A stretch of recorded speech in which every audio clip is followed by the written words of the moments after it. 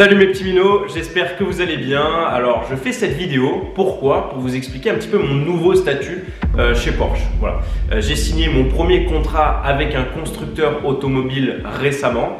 Vous avez déjà peut-être pu voir les différents posts que j'ai fait sur les réseaux sociaux, notamment sur Instagram.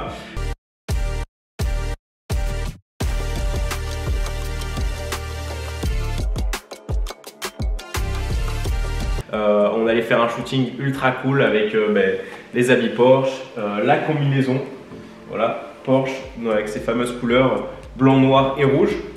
Et du coup, donc ce nouveau statut, je voulais faire une vidéo pour vous expliquer à quoi ça correspondait exactement. C'est le statut de Porsche Motorsport Asia Pacific Selected Driver. C'est très long, du coup on appelle ça PMAP Selected Driver.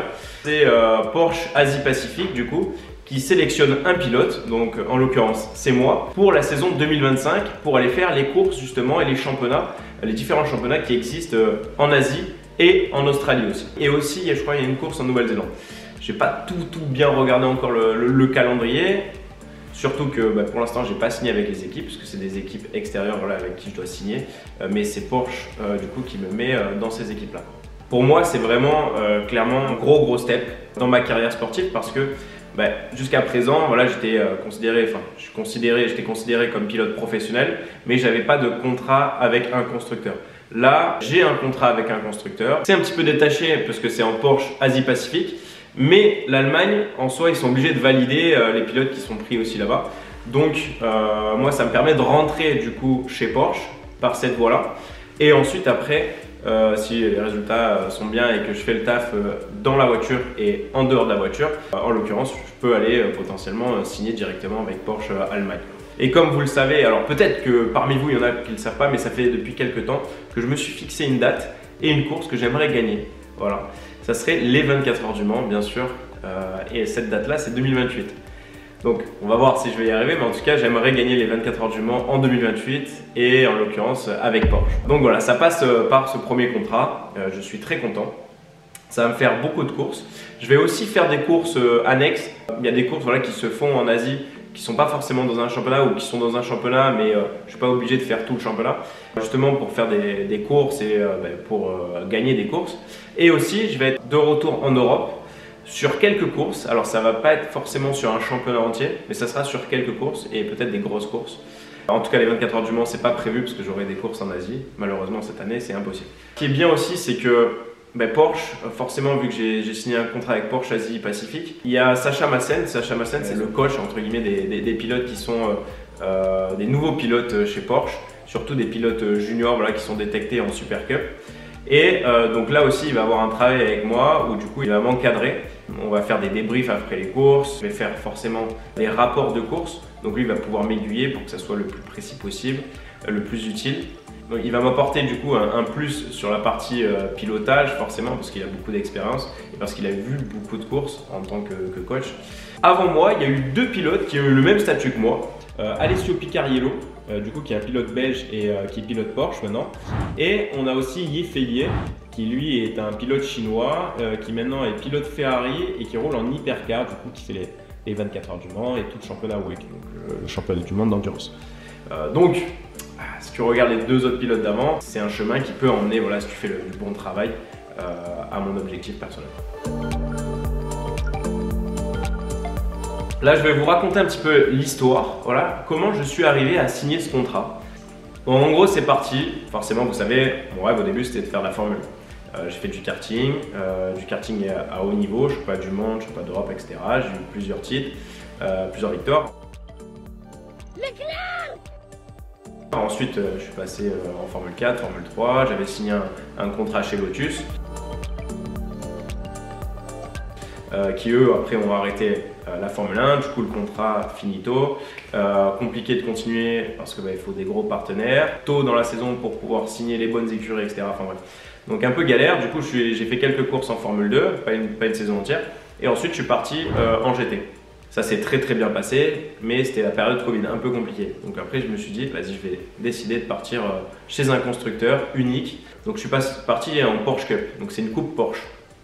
Et là, il y avait la Porsche Cup France, donc le championnat national, et la Super Cup, le championnat international, le gros championnat, celui qui passe à Monaco et qui suit les mêmes courses que la Formule 1 en Europe.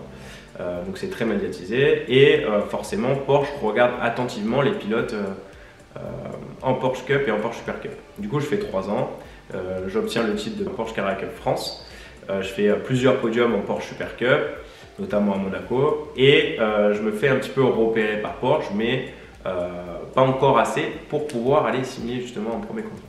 Du coup, je signe avec Schumacher CVRT, donc là je signe pas avec Porsche directement, mais avec une équipe, la même équipe qui m'avait fait rouler en Porsche Carrera Cup et en Porsche Super Cup en 2023. Je re-signe avec eux, mais dans la catégorie au-dessus, en Porsche GT3 R, pour faire toutes les courses d'endurance. Déjà, ça m'a vraiment aidé de pouvoir signer avec eux une nouvelle saison et dans la catégorie supérieure, parce que honnêtement, là, Porsche regarde vraiment les pilotes, parce que du coup, c'est des courses d'endurance, c'est clairement là où ils ont besoin de pilotes professionnels. Et donc, on fait les 5 courses, ça commence au Paul Ricard. Paul Ricard, on est en tête de la course. Comme vous savez, il y a eu un câble qui est resté connecté. Peut-être que vous ne savez pas, mais il y a eu un câble qui est resté connecté. Et du coup, j'ai dû refaire un arrêt en plus que tout le monde et attendre que la dernière voiture passe devant la pit lane parce qu'il y a eu le safety car à ce moment-là et on est obligé d'attendre pour pouvoir ressortir. Donc du coup, on passe de premier à dernier. Voilà. J'ai fait beaucoup de dépassements. De dernier, je crois, on était une cinquantaine à 18e.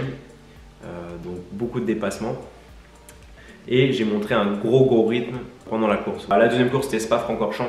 Là on se fait percuter par une autre Porsche malheureusement après 4 heures de course sur les 24 heures qu'il devait avoir. Donc là pareil, on finit pas la course, donc très peu de points. Troisième course Nürburgring, là finalement on fait un bon résultat, un très bon résultat, on fait deuxième de la course et honnêtement c'est pas pour dire mais c'est le championnat le plus relevé au monde en GT qui existe actuellement, le championnat d'endurance. Et donc là, de faire deuxième sur une cinquantaine de voitures, franchement, c'est très bien. On fait première Porsche. On marque de gros points. Quatrième course, Monza, on est, je crois, deuxième de la course. On remonte. Donc c'était Kevin Estre, du coup, qui était coéquipier avec nous sur cette course-là, puisqu'il a remplacé Lorin Heinrich, mon autre coéquipier, qui lui était aux États-Unis en train de gagner un autre championnat. Là, il y a une petite erreur dans un virage où il met 2 roues dans la terre. Juste avant de braquer et du coup forcément ça glisse et bac à gravier. Donc là il repart mais du coup on avait déjà plus d'un tour de retard donc compliqué aussi de faire un bon résultat même si on avait tout pour le faire sur cette course là. Et comme quoi les petites erreurs qui ont de grandes conséquences ça peut arriver à tout le monde, même à un gars comme Kevin Estre qui est la référence clairement chez Porsche et qui a gagné encore aujourd'hui en hypercar le championnat du monde. Donc, voilà. Et la dernière course, Jeddah, on est Ayhan Chan-Guven qui est mon autre coéquipier. Lui prend le départ, je crois qu'on se classe 4e, on se classe 4e après les qualifs. Il prend mon départ, on est 3e et puis là, crevaison. Du coup on s'arrête, puis moi je reprends, on est derrière, on essaie de remonter, de rattraper le tour de retard, hop là, recrevaison, voilà. Pourtant ça marchait bien, mais bon, voilà, on loupe encore un autre podium. Donc sur cette partie-là, on voit qu'il y a beaucoup de potentiel, mais clairement, les résultats ne sont pas allés jusqu'au bout parce que forcément, on n'a pas fini les courses. Mais le résultat, on était régulièrement première Porsche. Donc là, j'ai fait quand même mes preuves sur la partie Europe. Voilà, parce que forcément c'est toute une équipe qui fait qu'on réussit à être bien classé, bien placé. À Monza, en qualification, je fais le meilleur temps de tous les pilotes Porsche, sachant que j'avais pas de contrat Porsche à ce moment-là, tu vois. Donc, et ma vitesse en course, je trouve qu'elle était bien par rapport au manque de roulage que j'avais par rapport aux autres pilotes, parce que c'est ma première saison avec cette voiture-là. Et je roule très peu. Un pilote professionnel qui a un contrat constructeur, il roule, je dirais, plus de 16 fois dans l'année en course. Par exemple, mon coéquipier Lorin Heinrich, lui, a fait, je crois, une vingtaine de courses. Ayhan Chan-Guven, mon autre coéquipier, aussi une vingtaine de courses, avec le DTM, avec différents programmes. Et moi, j'en étais qu'à 8 ou 9, tu vois, donc c'est compliqué. Voilà, c'est pas facile. Et donc, entre-temps, je reviens un petit peu en arrière. Comment ça s'est fait? L'année dernière, en Porsche Super Cup et Carrera Cup, ça s'est bien passé. J'ai un contact en Asie pour aller faire un test dans une Porsche GT3R, justement la même voiture que j'ai roulée cette année. Et là, le test se fait en Malaisie, sur le circuit de Sepang, que je ne connais pas du tout. Donc là, je prends contact directement avec Alex Gibaud, qui est le représentant de Porsche Asie. Je dis voilà, on a une journée d'essai, tu peux venir cette journée-là, etc., etc. Je dis ok, bon, très bien. Donc moi je pars à l'avance. C'était sur 3 jours. Les 2 premiers jours, il y avait un pilote professionnel qui roulait dans la voiture. Donc là, un pilote qui a un contrat constructeur, etc., qui vient faire les essais. Et moi, du coup, je regarde ça. Donc déjà, décalage horaire, j'arrive, beaucoup de voyages. Je crois que ça fait, pour y aller, il y a quoi, 11-12 heures de vol. C'est long. Bon, j'arrive là-bas, je regarde un petit peu comment ça se passe avec l'équipe. Donc c'était avec l'équipe Absolute, les 2 premiers jours et tout. Et le dernier jour, le 3e jour, c'est moi qui roule. Et là, au début, je roule pas parce qu'il y a un pilote amateur qui roule à ma place, et après je roule, mais au final, après il se met à pleuvoir, mais genre là-bas, quand il pleut, c'est grosse pluie. Et j'arrive à faire 13 ou 14 tours. Donc je suis parti en Malaisie, aller-retour, pour faire 14 tours poussés. C'est quand même un long voyage. Et tu te dis, c'est un peu ta chance. Ils veulent savoir un petit peu comment tu vas réagir dans la voiture, est-ce que tu vas vite te mettre dans le rythme. Mais c'est dur aussi de juger sur 13-14 tours un pilote, donc tu sais que toi il faut que tu montres un maximum, mais tu peux pas te sortir, tu peux pas faire de bêtises parce que voilà, donc c'est compliqué quand tu connais pas la voiture, ni l'équipe, ni la piste. Et au final, avec les pneus neufs et tout, sur mes derniers tours là, j'arrive à faire, je crois, 1 ou 2 dixièmes du pilote qui était pilote constructeur qui est venu faire les essais la veille et le jour d'avant, etc. Je suis revenu, il se passe le championnat, je deviens champion en Porsche Carrera France, là je passe en GT3, etc. Et là il y a une course qui s'appelle les 12 heures de septembre, du coup je l'ai fait. Et là avec l'équipe, donc la même équipe, on fait 2e de la course. Et je suis monté vraiment progressivement dans le rythme, dans la voiture. J'apprenais forcément plein de choses. Il y a l'ABS qui change, il y a le traction control. Au début, je n'étais pas ouf, et après, au fur et à mesure, au qualif et en course, et vu que c'était une course de 12 heures, c'était une longue course, et de plus en plus, j'étais de plus en plus vite. Et à la fin, on remonte fort et on finit 2e. Forcément, ça a marqué aussi des points auprès de l'Asie. Et il se trouve qu'au milieu de saison, on me rappelle et on me dit voilà, il manque un pilote dans telle équipe, est-ce que tu serais prêt à le remplacer, etc. pour les 2 dernières courses du championnat. Et moi, forcément, vu que j'ai pas beaucoup de courses dans les pads pendant la saison, en plus de ça, il y avait un gros break entre Nürburgring et Monza, du coup, forcément, tu perds un peu de niveau quand tu roules pas pendant longtemps. Donc je me suis dit, c'est pile poil avant. Et donc j'arrive là-bas, nouvelle équipe, etc. Ça se passe bien, plein de disputes et tout. On va à Okayama, donc je ne connaissais pas le circuit, et on va à Shanghai. À Okayama, clairement, il y avait des conditions très compliquées puisqu'il s'est mis à pleuvoir, on était en slick, après on est passé en pluie. Et là, clairement, j'étais le plus vite sur la piste au moment où on roule. Et ça a marqué des gros points, que ce soit en slick sous la pluie ou en pluie, sous la pluie. J'ai fait des gros dépassements, j'ai fait des dépassements aussi sur des pilotes officiels Porsche, etc. Et pareil sur Shanghai, on fait un podium de notre catégorie pareil là-bas. Donc on a fait podium général à Okayama, podium de notre catégorie et 4e au général à Shanghai. Et là clairement, ça met des gros points. Voilà. Être bon au bon moment, voilà, c'est ça qu'il faut être. Et du coup, ils ont besoin de pilotes, et donc Porsche, Asie, etc.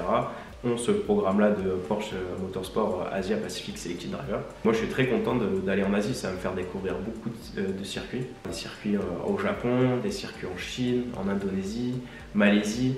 Les courses en Australie, je vais avoir plein de courses en Australie, des courses, enfin des circuits que je connais seulement de la PlayStation ou des jeux vidéo genre iRacing sur PC, et même en Nouvelle-Zélande, donc ça va me faire beaucoup voyager, et clairement je préfère le faire maintenant que j'ai pas d'enfant, que j'attaque vraiment la partie professionnelle en GT. D'ailleurs les minots, je vais vous montrer ma combinaison avec laquelle j'ai fait les photos. Franchement ultra classe, j'adore. Le rouge, le blanc, le noir de chez Porsche, ça donne envie, ça donne vraiment envie. Alors c'est pas forcément avec celle-là que je vais rouler l'année prochaine, mais ça c'était justement pour faire toutes les photos et tout. Donc très content de l'avoir à la maison. Une première grosse étape de ma carrière. Voilà, et puis après les affaires, voilà, la petite veste, on a le je sais pas comment on appelle ça, mais c'est sympa. Voilà, je vais pas arrêter de sitôt, il y a plein de choses qui vont arriver, des belles choses. Je vais continuer à faire des vlogs. Je vais continuer du coup à faire les vlogs parce que j'ai vu que ça vous a plu quand j'avais fait celui d'Okayama ou celui de Shanghai.